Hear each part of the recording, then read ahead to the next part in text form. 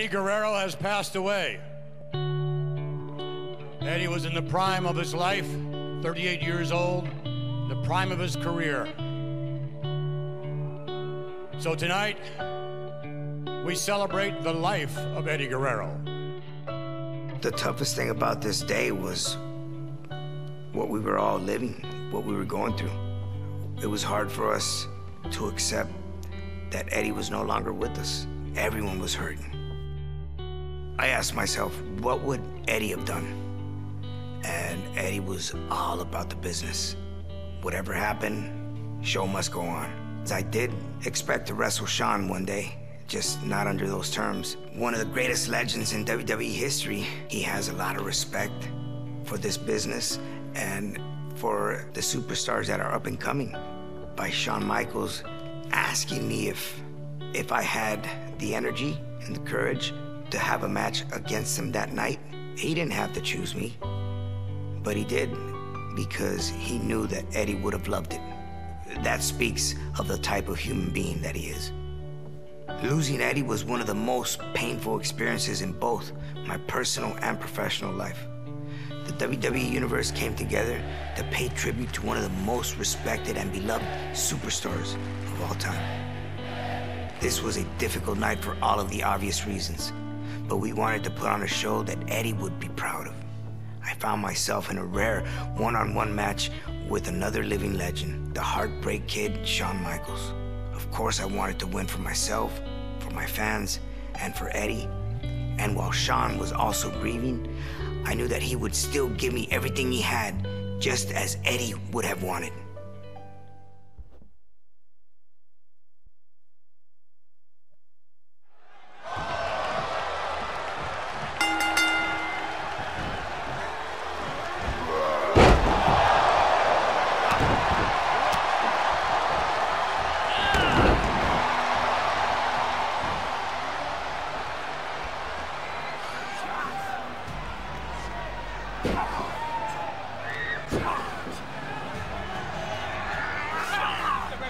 That night was heartbreaking, but at the same time it was special in its own way.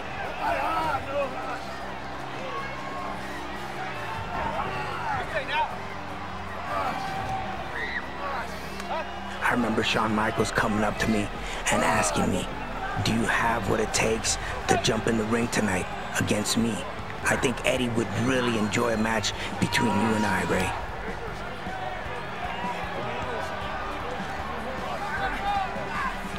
How can I resist?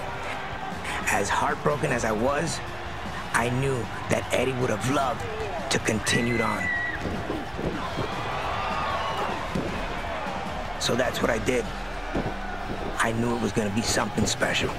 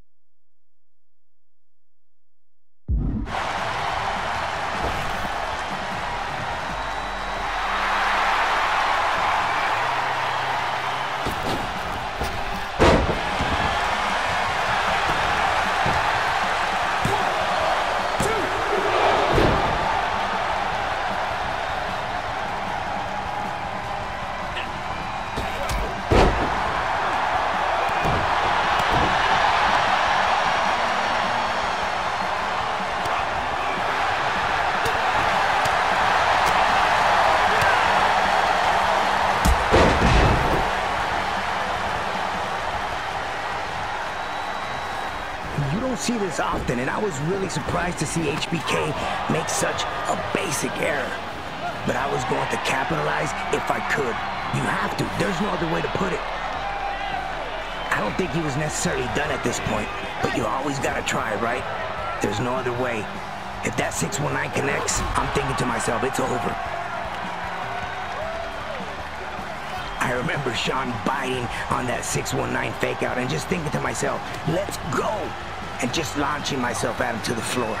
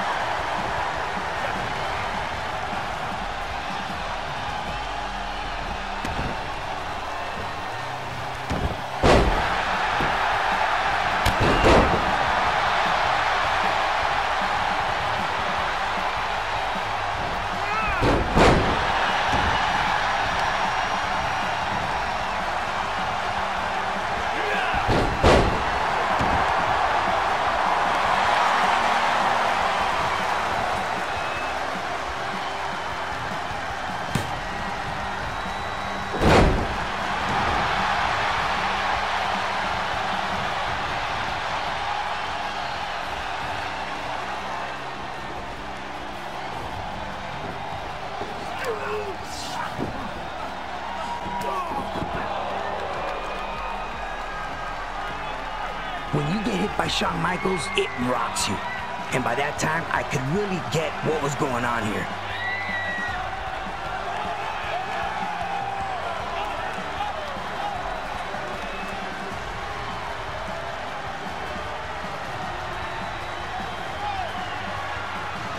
Boom! There's that elbow drop. I was lucky that he didn't try to pin me then.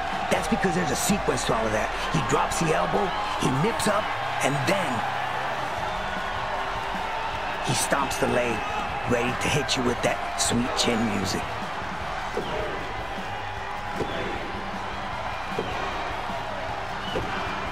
I remember getting up and luckily moved at the right time.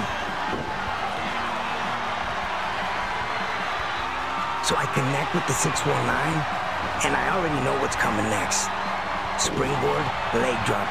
When I hit that and I saw that he didn't move and I connected, I remember hooking the leg, and I was in awe when I heard the 3. I couldn't believe it. I really was shocked. Now you have to keep in mind, this is my first